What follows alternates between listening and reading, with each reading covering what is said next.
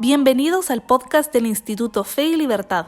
En este espacio conversamos con expertos y analizamos posturas sobre economía, religión, libertad y más. Bienvenidos a un nuevo episodio del podcast Fe y Libertad. Hoy tenemos el honor y el gusto de tener a Karen Cancinos como invitada de este episodio para hablar de un tema que está realmente en el corazón de muchos debates contemporáneos. Y este tema es desigualdad, equidad e inclusión, o DEI, como también se le conoce.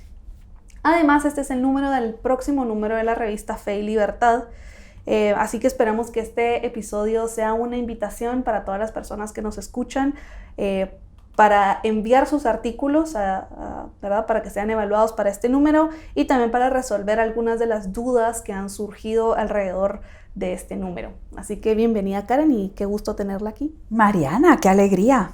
El gusto es mío. Encantada de estar con usted. Un gusto que esté aquí. Pues Karen, quería comenzar esta plática realmente haciendo un comentario sobre la reacción que tuvo la convocatoria cuando la publicamos, sobre todo cuando usted la publicó en sus redes sociales. Creo que había muchas personas sorprendidas al ver que Karen Cancinos iba a hablar de diversidad, equidad e inclusión. Sí.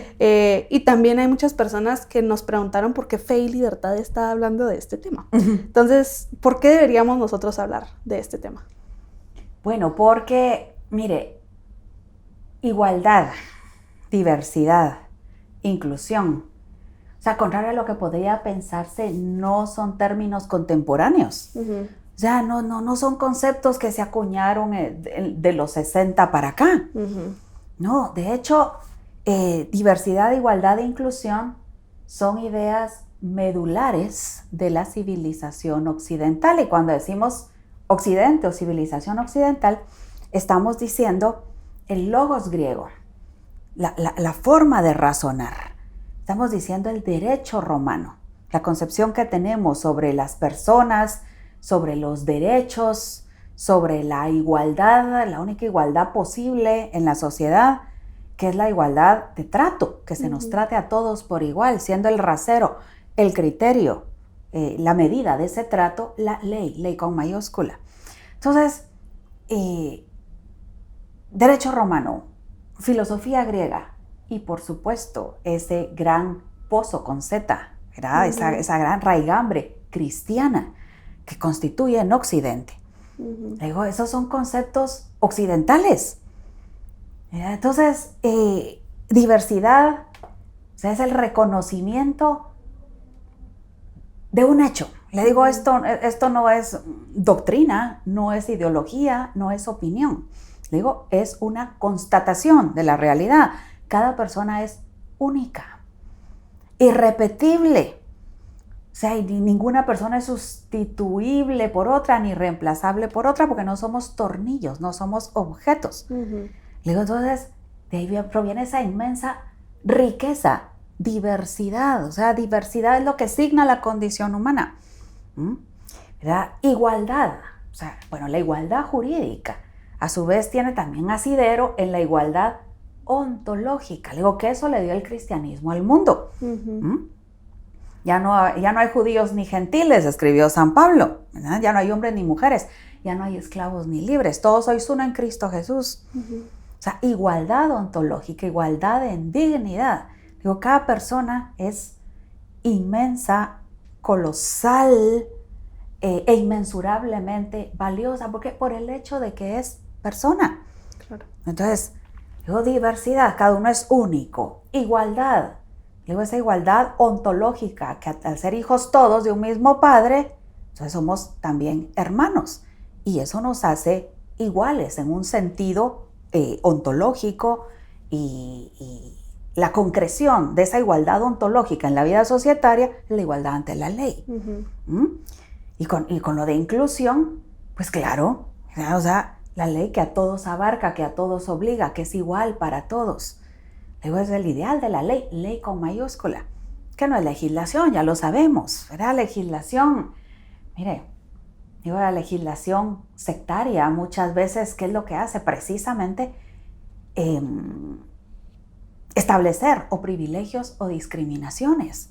Luego eso hace la legislación, o sea, por eso hablamos de igualdad ante la ley. Mira, entonces estos son conceptos occidentales, son conceptos bimilenarios, más que bimilenarios. Digo, no son conceptos posmodernistas. Digo, esto no es de los años 60. Claro. O sea, por eso nosotros tenemos que abordar estos temas. Sí, y escuchándola me pregunto por qué, si tanto la ley como esta convivencia social ya contempla la diversidad, la equidad, la inclusión, ¿por qué se ha querido tal vez darle un nuevo significado, digamos, a estas palabras? ¿Cómo ha ido cambiando, cómo se han distorsionado estos conceptos? Bueno, mire, esta DEI a la que usted hacía alusión al principio, diversidad, equidad, inclusión, digo, hoy ha devenido en una ideología posmodernista, que tiene su raíz, es así, no en una civilización bimilenaria, sino no únicamente, pero sí principalmente. Diríamos que en 3 elementos. Una, la teoría crítica de la Escuela de Frankfurt. ¿Okay? ¿Qué es la Escuela de Frankfurt? Bueno, quienes nos oyen o nos ven probablemente estén familiarizados con la Escuela de Frankfurt. Es marxismo cultural. ¿Okay? Luego el marxismo clásico, no estoy hablando del marxismo de Karl Marx del siglo XIX, o sea, el marxismo clásico a lo largo del siglo XX tuvo sus desarrollos, y un desarrollo muy importante sobre todo en Occidente, quiero decir en Europa Occidental, y luego en Estados Unidos.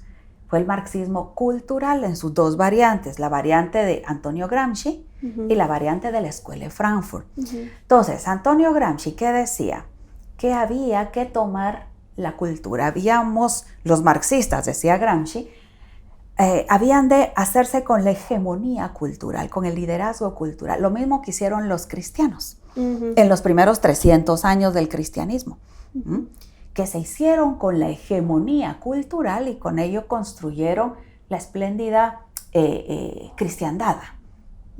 Y tuvieron la hegemonía cultural, decía Gramsci. Como marxista él era ateo, ¿okay? Pero admiraba a los cristianos porque decían lo que hicieron los cristianos desde los primeros 300 años y que luego tuvieron la hegemonía cultural durante un milenio, lo que llamamos el medievo, la cristiandad. Nosotros lo tenemos que hacer, decía Gramsci. Bueno, esa es una variante, el marxismo cultural. La otra, la Escuela de Frankfurt.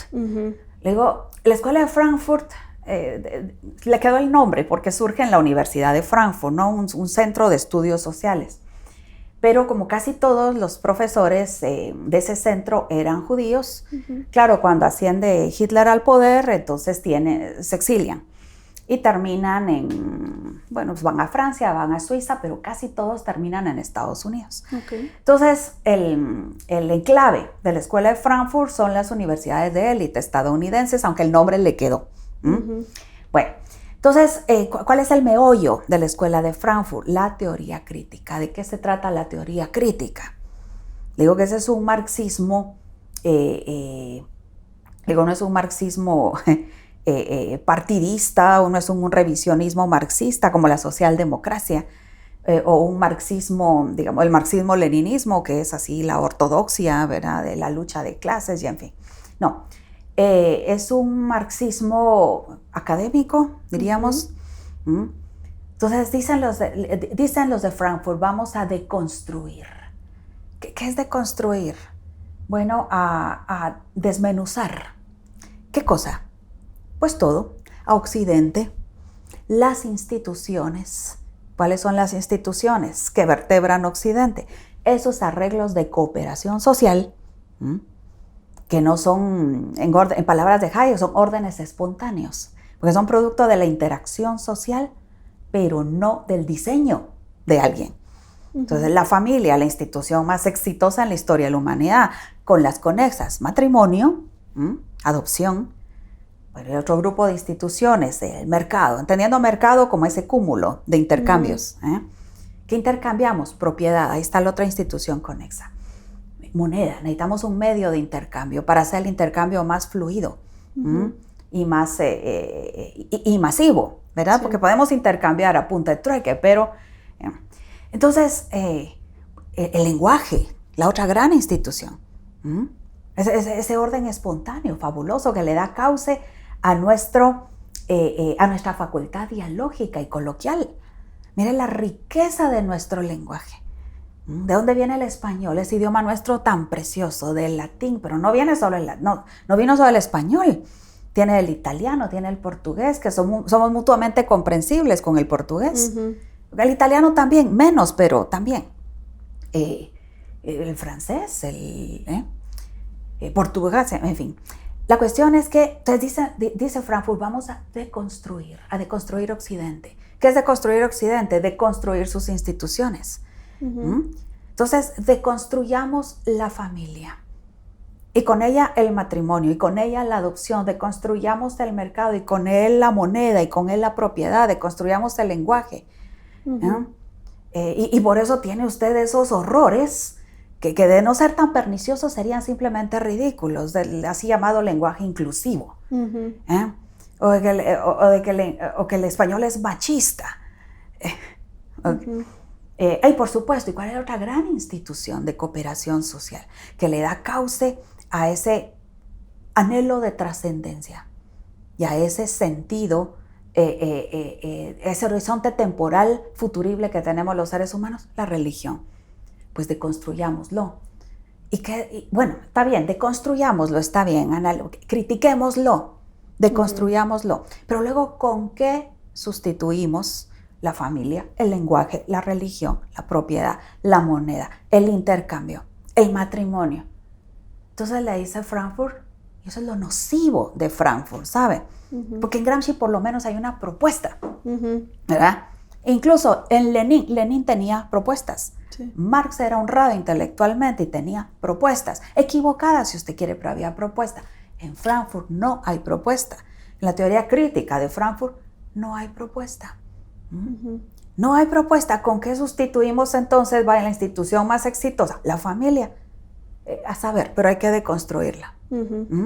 Claro. Luego es una mentalidad sumamente arrogante, constructivista. Hagamos tabula rasa. Barramos con todo, porque nada de lo que hemos heredado es bueno. Claro. Y con ello nos volamos, nos cargamos la tradición, la herencia, el bagaje, las costumbres, sí. Luego todo lo que hemos heredado. Digo, como si el mundo hubiera empezado con nosotros, y no es así. O sea, estamos parados sobre hombros de gigantes. Luego es una exaltación entonces al cambio por el cambio en sí mismo. Y claro, siempre se puede cambiar, siempre se puede mejorar, pero luego no es una mentalidad reformista. Luego es una mentalidad destructiva. O sea, deconstruir significa realmente destruir, sin tener ni siquiera proponer nada con qué reemplazar. ¿Lo ve? Claro. Entonces, entonces en la teoría crítica de la escuela de Frankfurt, ahí encontramos como que no únicamente, pero sí especialmente la causa, digamos, ajá, ¿verdad? De este trastoque, de esta tergiversación de estos conceptos occidentales, más que bimilenarios, luego en una ideología postmodernista de medio siglo. Miren, en medio siglo, mire los destrozos. Claro. Digo, por eso hay que abordar estos temas. Claro. Sí. O sea, ellos hicieron esta crítica, este análisis. Me imagino que hubo una interpretación ahí de justamente lo que usted dice, de la familia, de la religión, de la sociedad, etcétera, sin realmente, o sea, solo lo criticaron y no propusieron una forma de mejora. Y es ahí cuando se van colando estos conceptos ya tergiversados. Sí, efectivamente, o sea, critiquémoslo, deconstruyámoslo. ¿Sabe dónde se vio? En aquellas revueltas estudiantiles del año 68. No única, pero sí principalmente en París. Luego, ¿cuál era el moto, el eslogan de los estudiantes? Prohibido prohibir. Prohibido prohibir. O sea, todo está prohibido menos prohibir algo. Entonces, cualquier sentido de jerarquía, cualquier sentido de herencia cultural, digo, no, nada vale, ¿verdad? Que nos gobiernen los poetas. Mira, eso está muy bien, así, pero para retórica. Digo, entonces, que nos gobiernen los poetas. Prohibido prohibir, hagamos el amor y no la guerra. Digo, mira, está muy bien criticar eso, criticar la guerra. De una guerra nadie se beneficia, solo los traficantes de armas. Claro, y el complejo militar industrial, ¿no? Pero a lo que voy es que no hay en esa teoría crítica. Luego, una propuesta. No hay un horizonte hacia el cual tender, le digo, como el que había en Marx, le digo, equivocado, pero había. Aquí no, ¿verdad? Se trata entonces de destruir, y destruir es tan fácil, Mariana. Sí. Es tan fácil.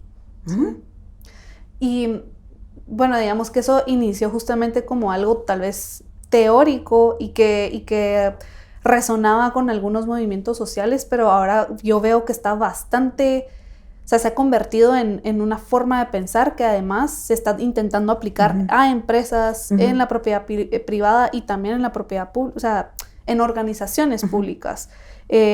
¿Cuál diría usted que son algunos de esos desafíos a los que se enfrentan tanto las organizaciones públicas como privadas al intentar aplicar estos conceptos?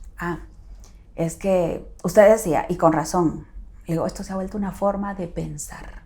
Empezó como una cuestión teórica, sí, unos profesores ahí en sus torres de marfil. Digo, gente arrogante, digo, con esa arrogancia propia del intelectual, que tiene muy poco contacto con la realidad. La realidad de la gente que trabaja.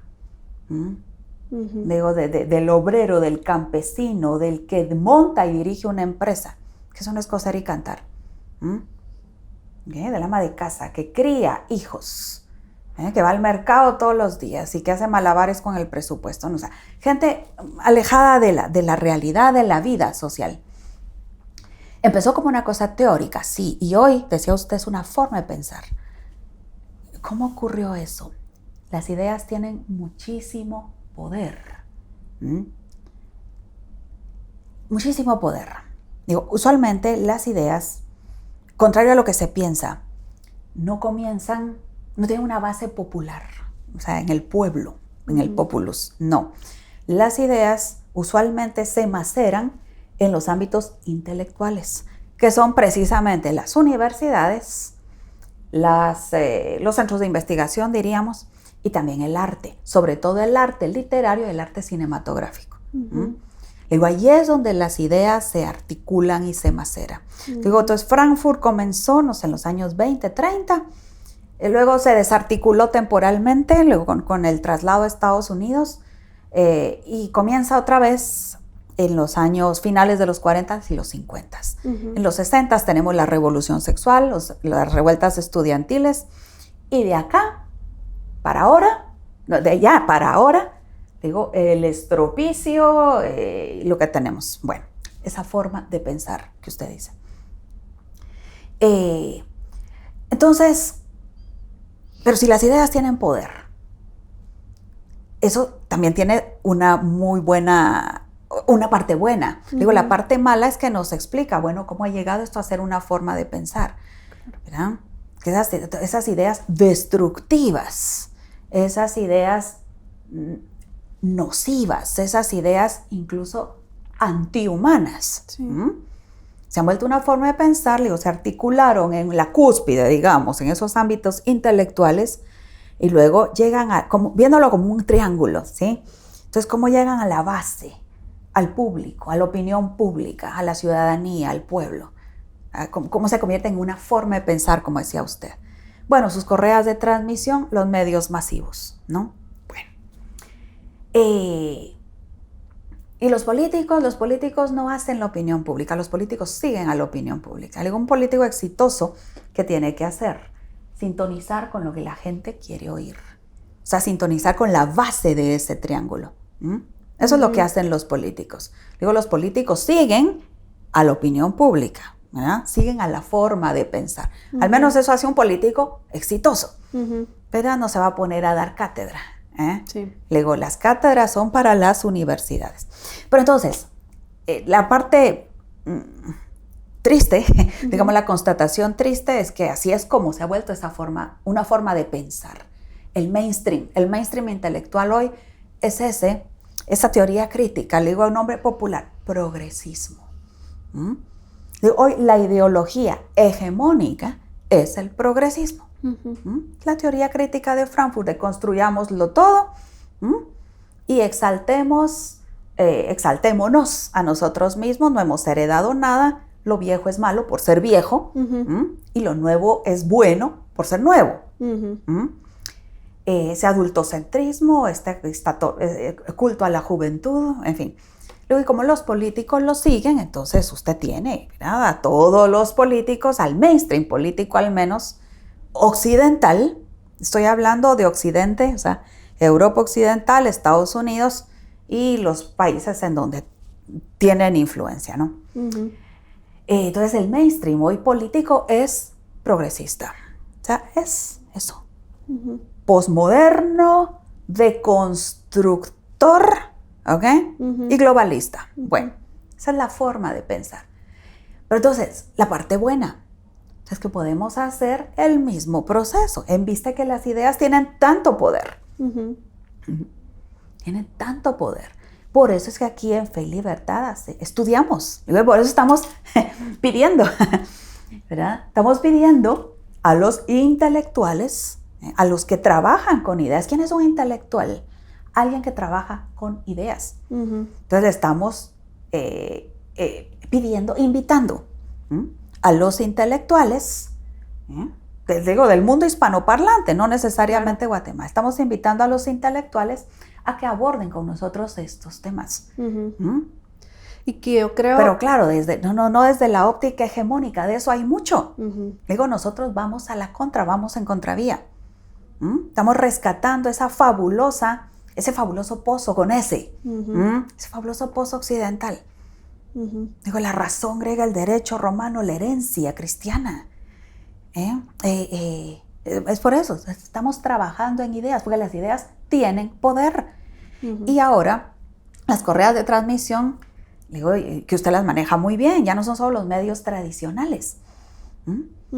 ¿Verdad? Entonces, con los medios con los que contamos ahora de difusión, entonces podemos hacerle la contra. Y eso es justamente lo que estamos haciendo, no solo con esta revista, sino con todo el trabajo que se hace en Fe y Libertad. Le digo, hacerle la contra a toda este posmodernismo globalista deconstructivo, sin propuesta, sin horizonte, sin esperanza y antihumano.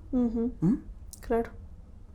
Sí, yo justamente quería hacer hincapié en eso, en que tiene tantas formas de analizarse este tema, porque afecta a tantas personas. O sea, se puede analizar desde el punto de vista histórico, se puede analizar desde el punto de vista de los efectos sociológicos, psicológicos que tiene, así como el efecto que tiene, por ejemplo, en la economía, en las políticas públicas. Entonces es un tema que a veces uno piensa, bueno, es que la cultura está en decadencia, y sí, y es algo lamentable y se tiene que analizar, pero también tiene repercusión en muchísimas otras partes y que vale la pena y también es parte de la convocatoria, ¿verdad? Que son distintos los académicos, es decir, de distintas áreas de las cuales se puede estudiar el tema. Y la verdad, ya nos estamos quedando sin tiempo, así que me gustaría que para terminar nos dijera usted, como editora invitada de este número de la revista, ¿qué impacto esperaría usted que tenga este número en el debate público, especialmente en el contexto de Fe y Libertad? Proponemos explorar algunas preguntas en este número. A ver, ¿cuál es la fuente de la dignidad y de la identidad de las personas? ¿Su adscripción a cierto colectivo? Puede ser un colectivo étnico, de preferencia o de vivencia sexual. ¿Esa es la fuente de la dignidad de alguien? O más bien la fuente de su inmensurable dignidad es su condición de persona única e irreemplazable. El lenguaje filosófico, ¿cuál es la fuente de su dignidad? ¿Su esencia o sus accidentes? El color de su piel, sus rasgos fisonómicos. Pero hay que explorar esas preguntas. ¿Cuáles son los fenómenos, los problemas sociológicos y morales que plantea el colectivismo metodológico? ¿Cuál es el colectivismo metodológico? Bueno, es esa metodología de análisis de los fenómenos sociales que se centra en colectivos. Que te reduzco entonces a ti, persona, al color de tu piel, a tu pertenencia a cierto colectivo, a tus preferencias o tus vivencias sexuales. O sea, digo, ¿qué problemas morales nos plantea el colectivismo metodológico para analizar fenómenos sociales? ¿Cuál debe ser el enfoque de las personas de fe?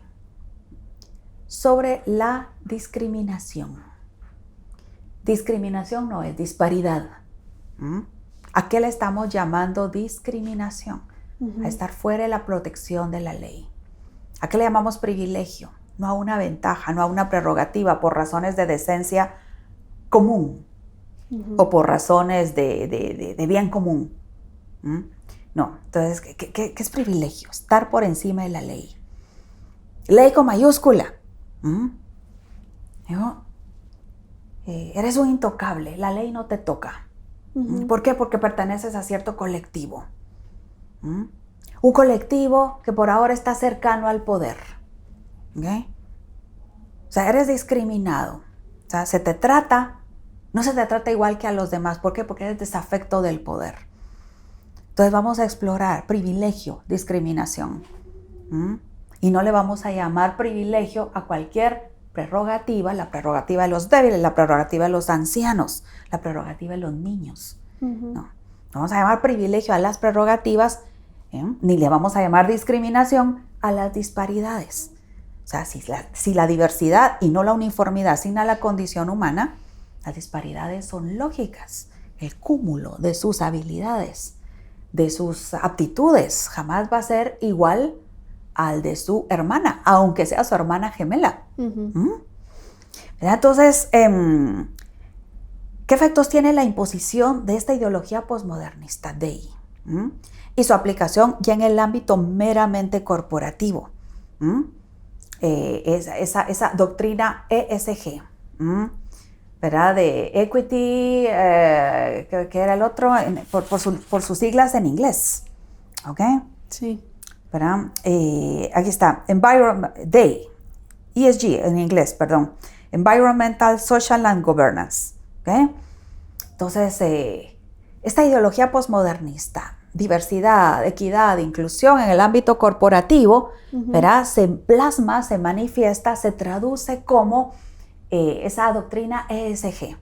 Digo que en inglés o sea, son criterios ambientales, sociales y de gobernanza, como el que establece, por ejemplo, cuotas de mujeres o de homosexuales o de personas del colectivo LGTBIQ+, en juntas directivas, o no necesariamente en juntas directivas, ¿verdad?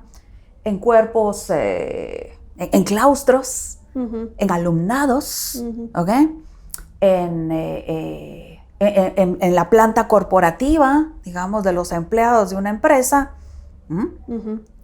¿Verdad? Entonces, ¿qué consecuencias societarias tiene la imposición, ¿okay?, de esta ideología postmodernista, y especialmente en el ámbito corporativo, o sea, con esta doctrina ESG?